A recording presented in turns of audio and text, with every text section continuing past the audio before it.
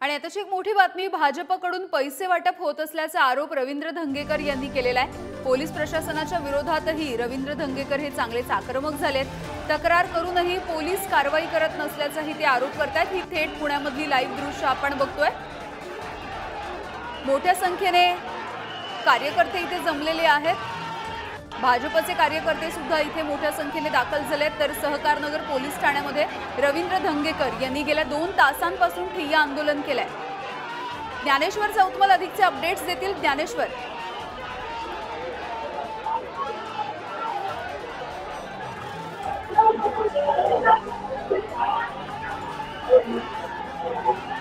तर ज्ञानेश्वरशी पुन्हा एकदा जोडलं जाण्याचा प्रयत्न करूया। मात्र मोठा गदारोळ या सगळ्या परिसरामध्ये झालेला दिसतोय, आपण बघतोय।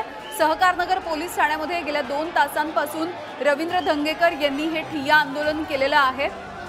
भाजपवरती हा आरोप करण्यात आलाय, पैसे वाटल्याचा आरोप केलाय आणि ही जी पैशांची पाकिटं होती, ही पैशांची पाकिटं घेऊन रवींद्र धंगेकर हे पोलीस ठाण्यामध्ये दिसले होते। पोलिसांना त्यांनी याबद्दलची तक्रार सुद्धा केली होती। उद्या पुण्याचं मतदान होणार आहे आणि त्याआधी पुण्यामध्येच हा राडा होतोय।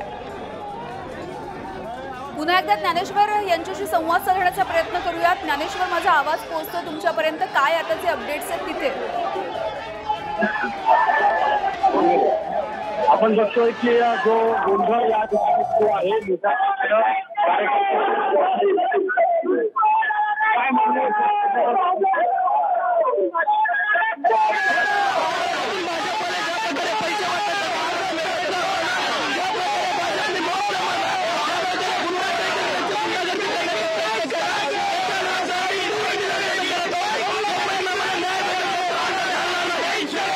आरोप प्रत्यारोपांचं हे सगळं वारं आणि इकडे पोलिसांची मोठी गर्दी आहे। जे समर्थक आहेत दोन्ही बाजूचे ते आपल्याला समोरासमोर एकत्र आल्याचं पाहायला मिळते। पोलिसांचा जो सगळा बंदोबस्त आहे तो या ठिकाणी सुरू आहे। भाजपचे हे सगळे कार्यकर्ते या ठिकाणी पोलिसांसोबत चर्चा करत आहेत, सांगतायत की कशा पद्धतीनं या सगळ्या गोष्टी या रवींद्र धंगेकर यांच्याकडून आरोपांच्या सगळ्या वेगवेगळ्या दाव्यांच्या प्रतिदाव्यानं सुरू आहे।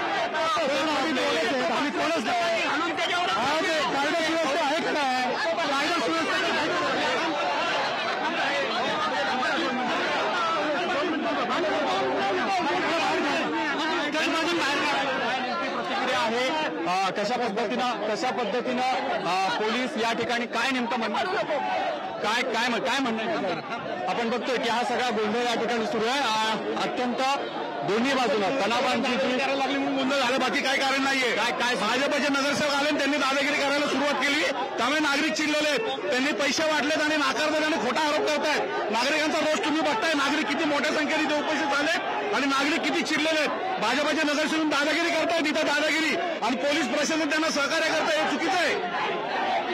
आपण बघतो की आरोप केले जात आहेत। पोलीस या ठिकाणी मोठ्या संख्येनं जमलेले आहेत आणि ही सगळी परिस्थिती नियंत्रणात आणण्यासाठी पोलिसांकडून प्रयत्न सुरू आहेत। मात्र जोरदार घोषणाबाजी आहे ती दोन्ही ठिकाणांकडून सुरू आहे। पोलिसांकडून ही गर्दी पांगवण्याचे प्रयत्न सुरू असल्याचं आपण पाहतोय आणि या सगळ्या पोलीस स्टेशनच्या परिसरामध्ये जोरदार गोंधळ जो आहे तो या ठिकाणी सुरू आहे। पोलिसांचा मोठा बंदोबस्त आपल्याला या ठिकाणी पाहायला मिळतो। काँग्रेसचे कार्यकर्ते आक्रमक होत कशा पद्धतीनं घोषणाबाजी करतात। भाजपचे चोर होते, 500,000 रुपये सगळीकडे वाटले। काय आरोप आहे त्यांनी पाकिटामध्ये 500,000 रुपये टाकून 2 नंबरचं बटन असं दाखवून गेलंय भाजपाला। आपण बघतो या ठिकाणी पोलिसांकडून लाठीमार जो आहे तो या ठिकाणी सुरू आहे। पोलीस ही सगळी गर्दी पांगवण्याच्यासाठी म्हणून लाठीचार्ज करताना पाहायला मिळतात।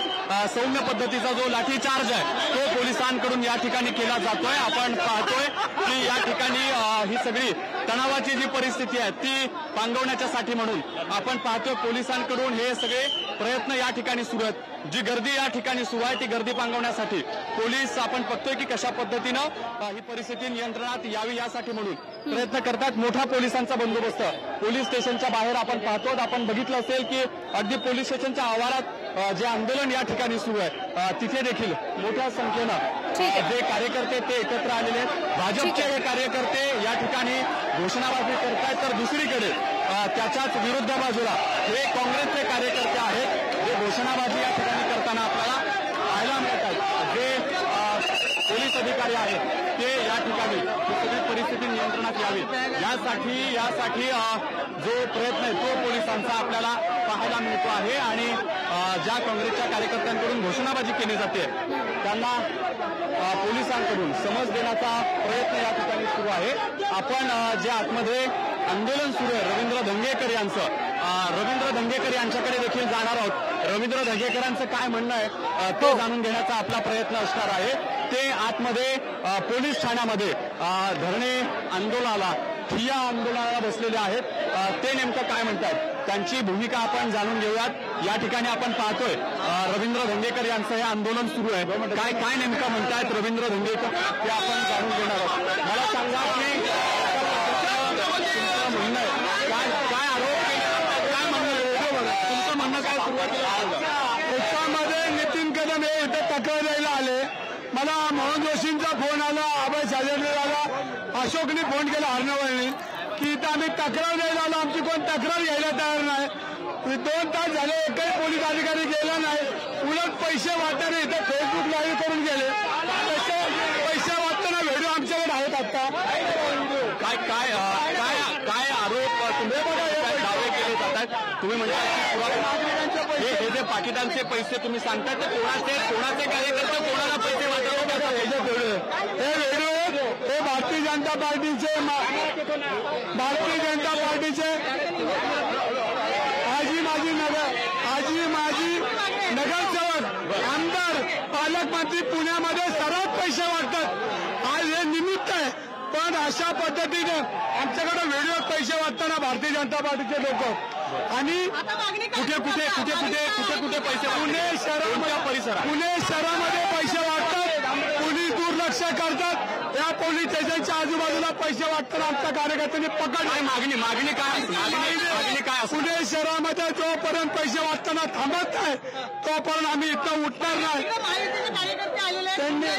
महायुतीचे कार्यकर्ते बाहेर घोषणाबाजी करतात, पण ज्याची संपत्ती कोरोनाच्या काळामध्ये थापली चोरी ते पैसे आमच्या पुणेकरांचे।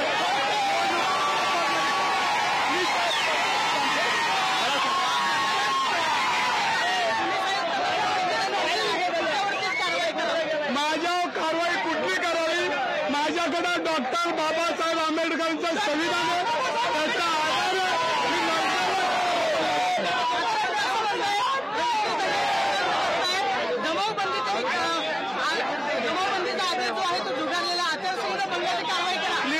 क्लिपा पैसे वाटताना क्लिप आहेत आणि जर क्लिप असतील आणि या सगळ्या गोष्टी असतील तर पोलीस लोक काय करतात आणि पोलिसांच्या समक्ष ज्या पद्धतीनं पैसे वाटण्याचा कार्यक्रम करतात त्याचा निषेध आणि एक त्याच्या हातात संविधान आणि संविधानाचा आधार घेऊन आम्ही इथं लोकशाही पद्धतीने पोहोचलोय। पोलिसांना काय कारवाई करायची ती त्याची करावी ते माझं मत आहे। मी पुणे शहरामध्ये पोलीस असं दिसत नाही आणि जोपर्यंत कारवाई होत नाही तोपर्यंत मी इथं हलणार नाही। तुमच्या हातात संविधान आहे, भारताचं संविधान, काय नेमकं तुम्हाला संदेश द्यायचा आहे, काय मेसेज द्यायचा आहे? संविधान तुमच्या हातात आहे। हुकुमशाही पैसा वाटप पोलीस येताना हायजॅक याचा निषेध म्हणून बाबासाहेब एकच आमचं दैवत आहे, तेच हातात आम्ही या ठिकाणी वापरणार। तुम्ही सतत आरोप करत होतात, तुमच्याकडे पुरावे जे आहेत ते काय नेमके आहेत, किती पैसे वाटले जातात? हे बघा पैसे वाटतात, अख्ख्या पुणे शहरात वाटतात, क्लिपा येतात, 3 क्लिपा आता घ्या तुम्ही। बरं तुमची पुढची काय भूमिका असणार? जोपर्यंत पोलीस त्या ठिकाणी सहकारनगर पोलीस स्टेशनच्या बाहेर जाऊन कांगावा करण्याचा प्रयत्न करतायत। माझं असं म्हणणं आहे की ही निवडणूक आणि या निवडणुकीच्या निमित्ताने त्यांच्या पायाखालची वाळू सरकलेली आहे। महायुतीचा विजय हा पक्का आहे आणि मग मतदारांमध्ये संभ्रम करावा, मतदारांना असं काहीतरी वातावरण निर्मिती करून कांगावा करून पोलिसांवरती प्रेशर टॅक्टिक्स करून मला असं वाटतं की ते कायदा सुव्यवस्थेचा प्रश्न निर्माण करतायत। म्हणून आता आम्ही भारतीय जनता पार्टीचे सर्व पदाधिकारी या ठिकाणी आलेलो आहोत आणि आता आम्ही पोलीस आयुक्तांना या संदर्भात निवेदन देतोय की आपण आता पोलीस आयुक्तांनी या संदर्भामध्ये तातडीने कठोर पावलं उचलावीत। एकतर निवडणुकीच्या आदल्या दिवशी अशा पद्धतीने वातावरण निर्मिती करून गढूळ वातावरण करण्याचा हे प्रयत्न करतायत।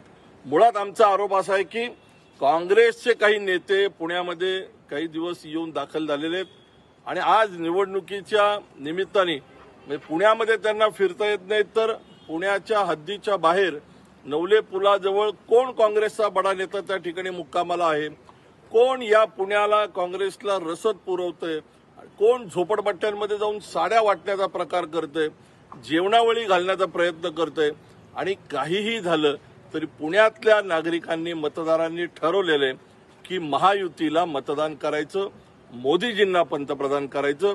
पण अशा पद्धतीने संभ्रम निर्माण करून नागरिकांची दिशाभूल करण्याचा प्रयत्न ते करतायत. असाच कांगावा पोटनिवडणुकीच्या वेळेस विधानसभेच्या वेळेस त्यांनी केला होता आणि पुन्हा त्याचीच पुनरावृत्ती ते या ठिकाणी करण्याचा प्रयत्न करतायत. माझ्याकडे काही नावं आहेत. महाविकास आघाडीच्या उमेदवारांच्या बरोबर फिरणारे त्यांचे काही बगलबच्चे आहेत, त्यांची नावं माझ्याकडे आहेत. गणेश नवथरे असतील, गोपाळ आगरकर असतील, योगेश आंदे असतील, अशी अनेक नावं आहेत. 10-12 नावं माझ्याकडे आता आहेत की ही सगळी मंडळी वेगवेगळ्या वस्त्यांमध्ये झोपडपट्ट्यांमध्ये जात आहेत आणि नागरिकांची दिशाभूल करतायत. नागरिकांना त्या ठिकाणी जाऊन बळजबरीने पैसे वाटप करण्याचा प्रयत्न करतायत. अनेक ठिकाणी परवा आम्ही अशा संदर्भामध्ये पोलिसांकडे कारवाईची मागणी केली. त्यांनी अनेक वस्त्यांमध्ये जाऊन त्या ठिकाणी